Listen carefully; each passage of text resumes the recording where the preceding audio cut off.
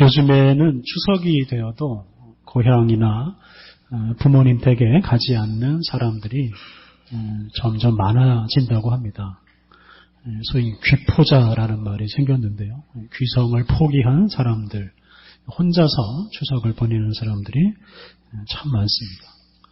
요즘 1인 가족이 대세라고 합니다. 1인 가족 형태가 가장 많은데요. 그래서 1인 가족들은 이제 이런 고향을 찾는 일이나 부모님을 만나는 일에 별로 관심이 없다고 합니다. 특히 20, 30대 청년들 중에 절반 이상이 고향 가지 않는다고 합니다. 그래서 이 명절 기간에 편의점에서 파는 도시락 판매가 아주 급증을 한다고 합니다. 명절 기간에 대부분 식당이 문을 닫으니까 밥 사 먹을 곳이 편의점밖에 없어서 그런 일들이 일어납니다. 그리고 명절 기간에 이 편의점 매출액이 평소하고 그렇게 다르지 않다고 합니다. 특히 술이나 다른 먹거리들은 평소보다 훨씬 더 많이 팔리고 있다고 합니다. 이렇게 가족과 함께 하지 않고 혼자서 명절을 보내는 사람들이 많아지다 보니까 명절의 즐거움이라는 게 예전만 하지 못합니다. 오히려 명절을 불편하게 생각하는 사람들이 점점 많아지는 것 같습니다. 그래서 아마 조금 더 시간이 흐르면 더도 말고 덜도 말고 한가위만 같아라, 이런 말이 사라지지 않을까 걱정이 듭니다. 여러분은 추석 명절의 즐거움이 사라지는 이유가 뭐라고 생각을 하십니까? 저는 이 사람 만나는 즐거움이 사라지고 있기 때문이라고 생각합니다. 사람을 만나지 않기 때문에 즐거움이 없을 수도 있지만 더 근본적으로 사람을 만났을 때 사람으로부터 얻는 즐거움이 점점 사라지고 있는 것이 오늘 우리의 현실인 것 같습니다. 요즘에는 그 명절에 하지 말아야 할 말이 생겼습니다. 명절 에티켓이라고도 할 수 있는데요. 명절에 하지 말아야 할 말, 진학 문제, 취업 문제, 결혼 문제, 이런 주제는 아예 꺼내지 않는 것이 좋다고 합니다. 왜냐하면 그런 것들이 사람 만나는 즐거움을 방해하기 때문입니다. 대학에 가건 가지 않건, 취업을 하건 하지 않건, 결혼을 하건 하지 않건 사실은 다 똑같은 사람입니다. 그런 걸로 잘난 사람, 못난 사람 구분하는 것은 어리석은 일입니다. 그런데 어떤 사람은 그런 문제 말고 대화할 거리가 있느냐 이렇게 따지는 분도 있습니다. 공부 잘하냐 못하냐, 점수가 몇 점이냐, 직장이 좋으냐 나쁘냐, 월급이 얼마냐, 이런 주제 말고는 대화할 거리를 잘 찾지 못하는 사람들이 있는데, 이제 그런 사람들은 사람 자체에 대해서는 별로 관심이 없는 사람이라고 말할 수 있겠습니다. 사람 자체에는 관심이 없고 그 사람의 겉모습에만 관심이 있기 때문에 그런 질문만 생각하는 겁니다.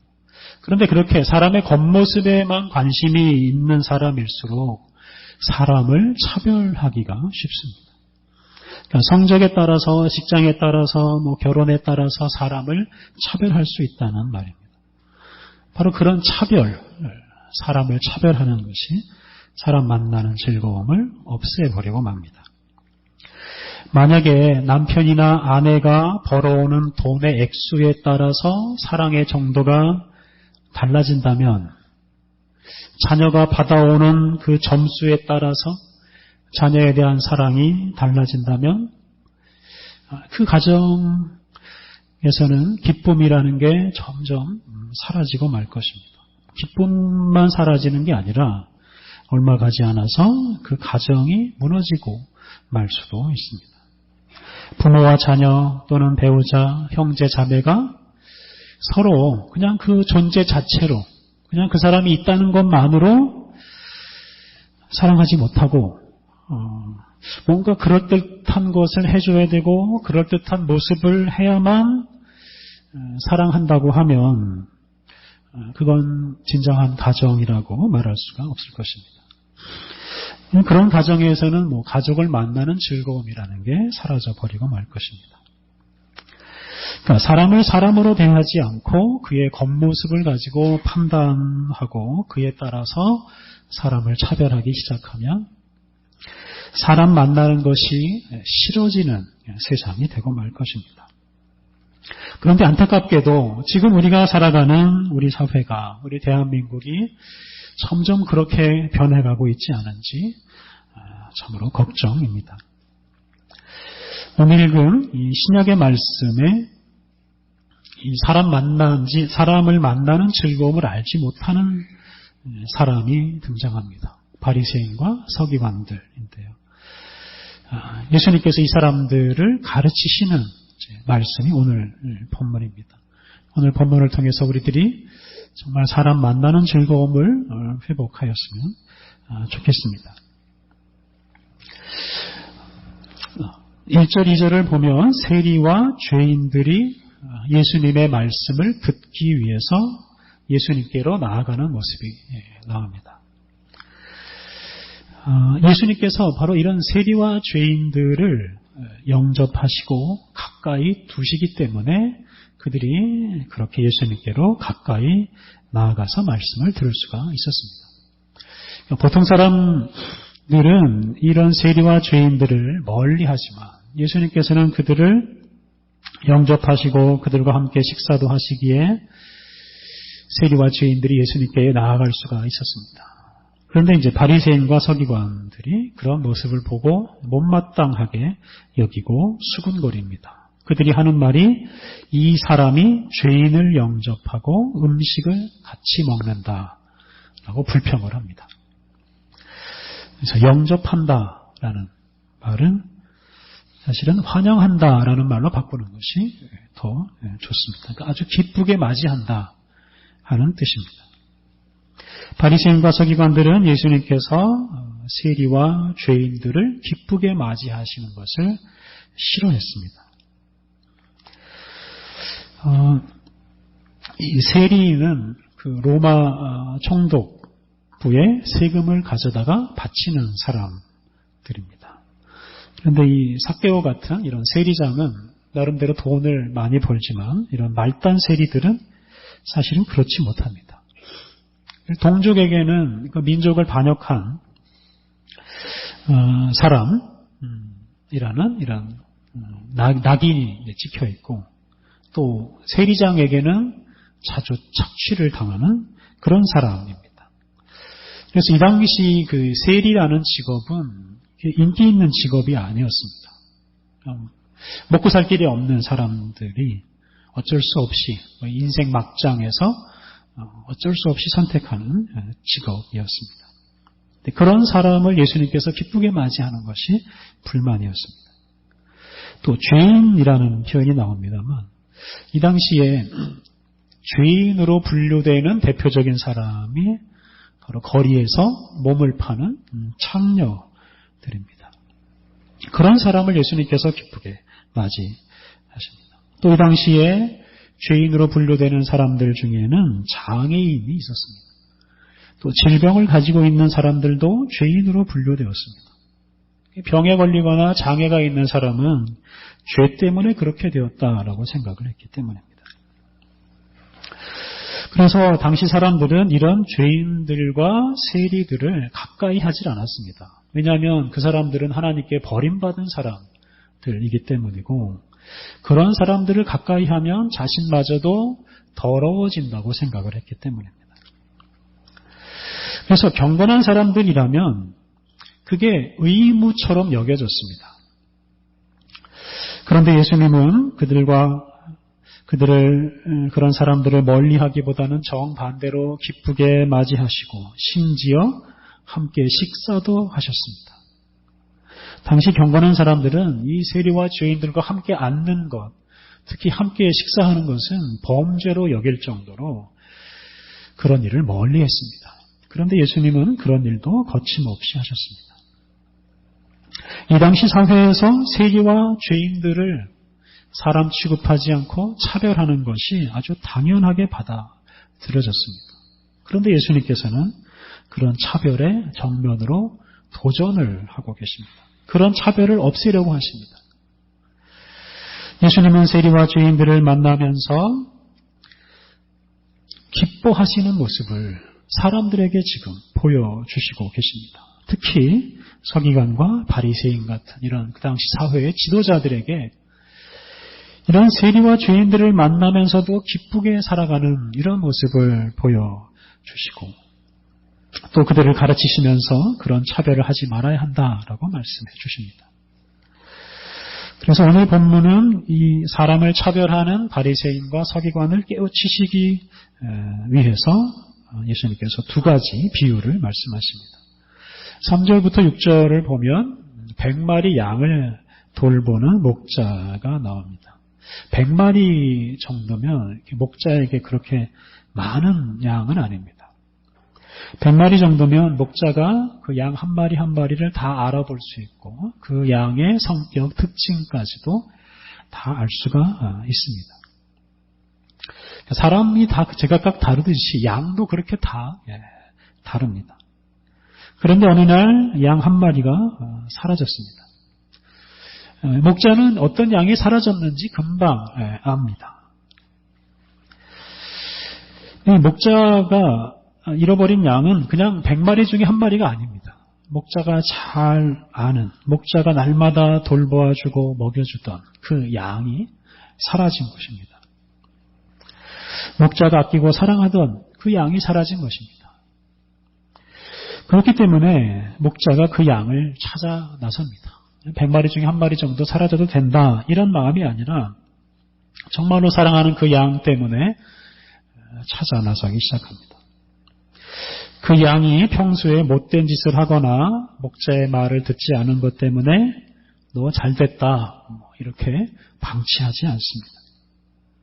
그 양은 자기 양이고 자기에게 그 양을 돌볼 책임도 있기에 그 목자는 양을 찾을 때까지 포기하지 않습니다.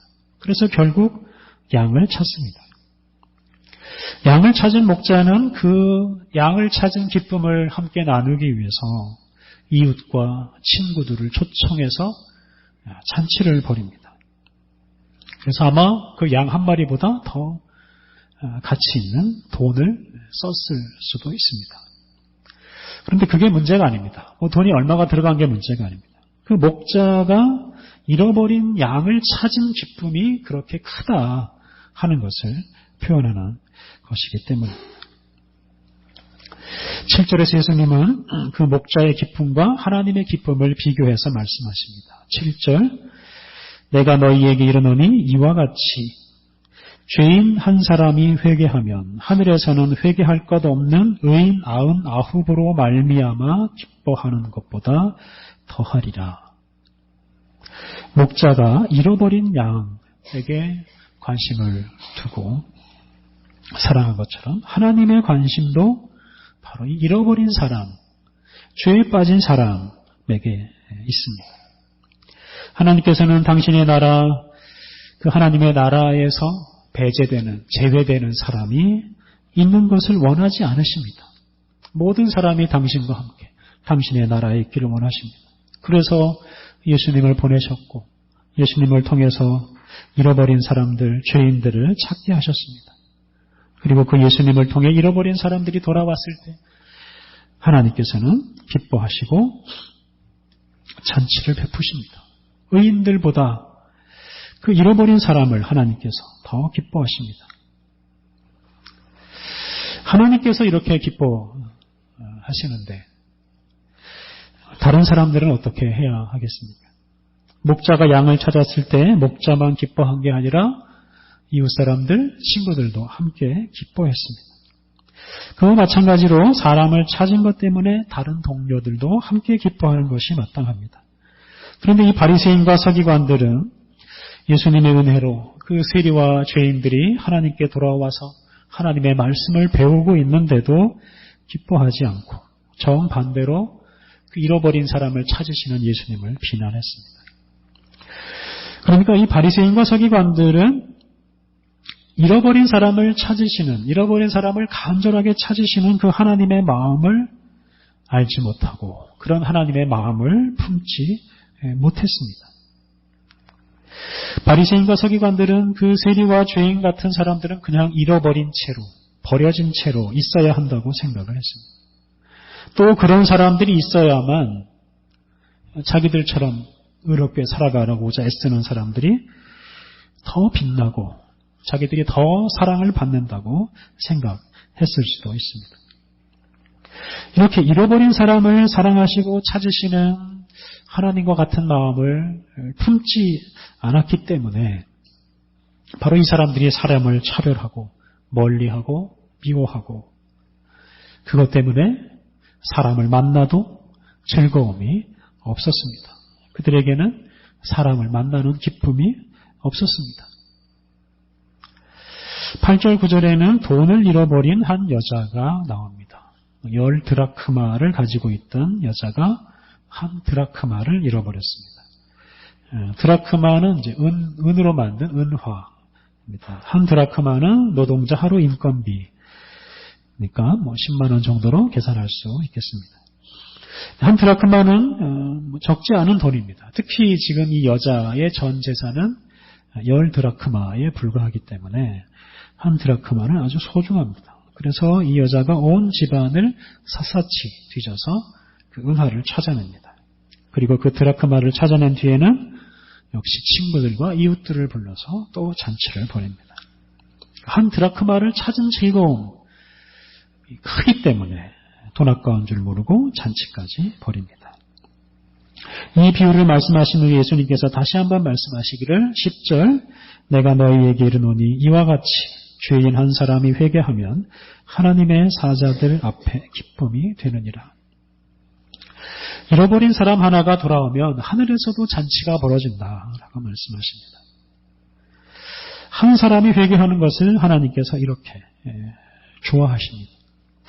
여자가 한 드라크마를 소중하게 여긴 것처럼 하나님께서도 우리 각 사람을 정말로 소중하게 여기십니다.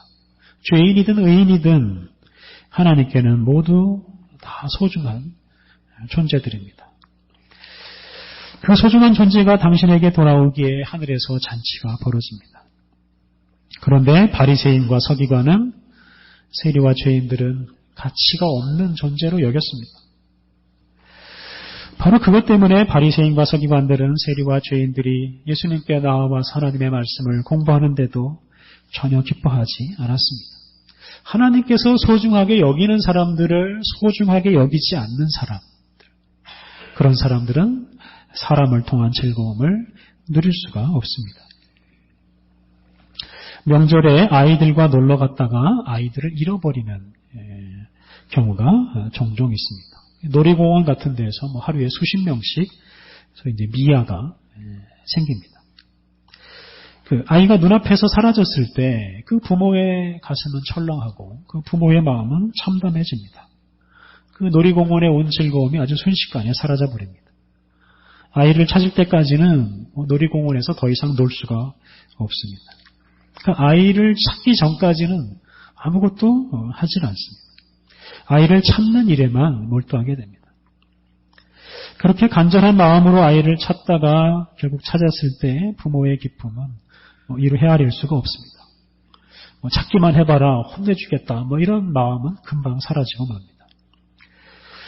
부모로부터 떨어졌던 아이는 더욱 그렇습니다. 부모로부터 떨어진 것 때문에 부모가 오기 전까지는 계속 울기만 하는 아이들이 많습니다. 부모를 만났을 때 비로소 그들이 기쁨을 회복하고 다시 놀 수도 있습니다. 그런데 그렇게 어떤 부모가 아이를 잃어버렸을 때 그 부모와 함께 놀러 갔던 다른 이웃이 있었다고 생각을 해보십시오. 만약에 그 이웃이 내 자식 잃어버린 게 아니다 이렇게 말하면서 그 이웃이 자기 자녀를 찾아다니는 동안 그냥 혼자서 재미있게 놀이동산에서 논다라고 생각해보면 그 잃어버린 아이가 부모를 찾고 기뻐할 때 그 이웃은 전혀 기뻐하지 못했을 것입니다. 여기에서 이제 놀이공원에서 노는 기쁨과 잃어버린 아이를 찾는 기쁨을 비교해 본다면 어떤 기쁨이 더 크겠습니까? 놀이기구를 타면서 일시적으로 느끼는 그런 기쁨은 잃어버린 아이를 찾는 기쁨에 비하면 사실은 아무것도 아닙니다. 그러니까 자기 집 자녀와 다른 집 자녀를 차별하는 사람은 그런 큰 기쁨을, 그런 참 기쁨을 느낄 수 있는 기회를 빼앗겨 버리는 것입니다. 사람을 차별하면, 모든 사람을 소중하게 여기면 그런 큰 기쁨을 누릴 수 있는 기회를 잃어버리고 맙니다. 그런 큰 기쁨 대신에 그냥 사소한 기쁨, 일시적인 기쁨에 얽매여서 살아갈 뿐입니다. 성도 여러분, 오늘 본문은 지금 사람이 주는 기쁨에 대해서 우리에게 말씀하시고 있습니다. 세리와 죄인, 세리와 창녀, 혐오스러운 그런 이름일 수도 있지만 그런 세리와 죄인이 하나님을 기쁘시게 하는 사람입니다. 세리와 죄인이 하나님을 기쁘시게 하는 사람인 것처럼 우리 각 사람도 바로 하나님을 기쁘게 하는 사람, 우리들이 하나님의 기쁨의 대상이 됩니다. 하나님께서 우리들을 보실 때마다 기뻐하시고 우리들 때문에 하늘에서 잔치를 벌이십니다. 우리가 하나님께 그토록 소중한 존재입니다. 진학이니 취업이니 결혼이니 이런 모든 것에 관계없이 하나님은 우리들 때문에 기뻐하시고 우리들은 하나님께 소중한 존재입니다. 그러니까 우리 자신이 하나님의 기쁨의 근원이 된다 하는 뜻입니다. 하나님이 우리 각 사람을 보고 이렇게 기뻐하시는데 행여 여러분이 여러분 자신을 보면서 슬픔에 빠져 있어서는 안 되겠습니다. 우리 자신이 하나님의 사랑을 받는 소중한 존재라는 것을 우리들이 늘 일깨우며 살아가야 합니다. 그래야 항상 우리가 우리 자신 때문에 기뻐하며 살아갈 수 있습니다. 또한 그렇게 소중하고 귀한 존재가 바로 지금 여러분 옆에 앉아 있습니다. 여러분이 살고 있는 가정에도 있습니다. 여러분이 살고 있는 마을에도 있습니다. 여러분이 가는 시장에도 있습니다. 여러분이 타는 버스나 지하철에도 있습니다. 여러분이 어디로 가든지 정말로 소중한 사람들이 있습니다. 이번 추석에도 그런 소중한 사람들을 만날 것입니다. 그런 사람들을 정말 소중하게 여기고 차별 없이 사랑하시는 그 하나님의 마음으로 그 사람들을 만날 때 우리가 기쁘게 이 명절을 보낼 수 있을 것입니다. 오늘 본문에서 예수님은 이 기뻐하지 않는 바리새인과 서기관들을 비난하지 않으십니다. 다만 그들이 예수님과 함께 기뻐하지 못하는 것을 안타깝게 여기실 뿐입니다. 사람을 비교하고 차별하느라 기쁨을 잃어버린 이 사람들을 예수님께서 불쌍히 여기실 뿐입니다. 서기관과 바리새인도 얼마든지 기쁘게 살 수 있는데 그렇게 살 수 있는 기회를 잃어버린 것 때문에 예수님이 안타깝게 생각하시고 있습니다. 우리 하나님께서 예수님을 통해 이루시려고 하는 세상은 모든 사람들이 함께 기뻐하는 세상입니다. 일부 사람들은 잃어버리거나 잊혀진 상태로 남아서 슬퍼하는 것, 하나님께서 원치 않는 일입니다. 한쪽에서는 기뻐하고 한쪽에서는 슬퍼하는 것, 그것은 하나님의 마음을 아프게 하는 것입니다. 우리 하나님께서 원하시는 것은 다만 기쁨입니다. 바로 그 기쁨을 위해서 예수님을 보내셨고, 예수님을 보내셔서 누구보다도 먼저 잃어버린 사람을 만나게 하시고 그들에게서 기쁨을 회복시켰습니다. 믿음 좋은 사람들, 성공한 사람들보다 죄에 빠진 사람들, 실패한 사람들을 먼저 만나시고 그들의 기쁨을 회복시키셨습니다. 기쁨을 위해서 우리 예수님께서 일하셨습니다. 오직 기쁨을 원하시는 하나님 앞에서 우리 자신은 이런 기쁨 대신에 어떤 미움, 시기, 경쟁, 이런 것에 빠져 있지 않은지 우리 자신을 돌아보아야 하겠습니다. 다른 사람과 비교하느라고 기쁨을 빼앗기고 있지 않은지 돌아보아야 하겠습니다. 행여 다른 사람의 슬픔이나 다른 사람의 실패를 나의 기쁨의 근원으로 삼고 있지 않은지 돌아보아야 하겠습니다. 사실 모든 사람들이 함께 기뻐하지 않는 한 진정한 기쁨은 있을 수가 없습니다. 추석을 맞이하는 성도 여러분, 이번 추석에 누구를 만나든지 그 사람을 정말로 소중한 사람으로 여기고 만나십시오. 친소관계, 이해관계 따지지 말고 성공한 사람인지 낙오한 사람인지 따지지 말고 하나님께서 그 사람을 기쁘게 여기시고 하나님께서 그 사람을 소중하게 여기신다는 것을 기억하고 하나님의 마음을 품고 그 사람을 정말 소중한 사람으로 대해 주십시오. 보름달처럼 크고 넓은 마음으로 모든 사람들을 기쁘게 맞이해 주십시오. 그렇게 살 때 우리의 기쁨이 충만해지고 또 그 기쁨이 우리의 가정과 우리 이웃에게로 확장될 것입니다. 장차 완성될 하나님 나라에서는 잃어버린 사람 하나도 없이 모든 사람들이 함께 기뻐하게 될 것입니다. 미운 사람 하나도 없고 경쟁하는 사람 하나도 없이 만나며 서로 즐거운 그런 사이, 그런 세상이 이루어질 것입니다.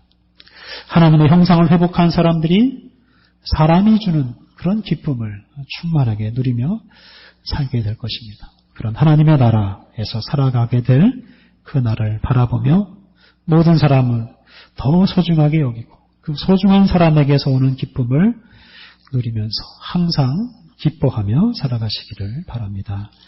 함께 기도하시겠습니다. 세리와 주인들을 환영하시고 또한 그들을 통해 기쁨을 누리시는 하나님, 우리들도 주님의 마음을 품고 모든 사람에게서 기쁨을 얻게 하옵소서. 우리 옆에 있는 다른 사람들을 하나님께서 우리에게 기쁨을 주시기 위해 보낸 소중한 존재로 여기고 만날 때마다 귀하게 여기고 만날 때마다 사랑하게 하옵소서. 하나님, 우리 자신이나 다른 사람의 소중함을 모르고 슬픔에 빠져있는 이들을 긍휼히 여겨 주옵소서. 미움과 경쟁을 통해 기쁨을 얻으려는 이들을 긍휼히 여겨 주옵소서. 우리들이 오직 서로 사랑함으로 서로 존경함으로 기쁨을 누리며 살게 하옵소서. 예수님의 이름으로 기도드립니다. 아멘.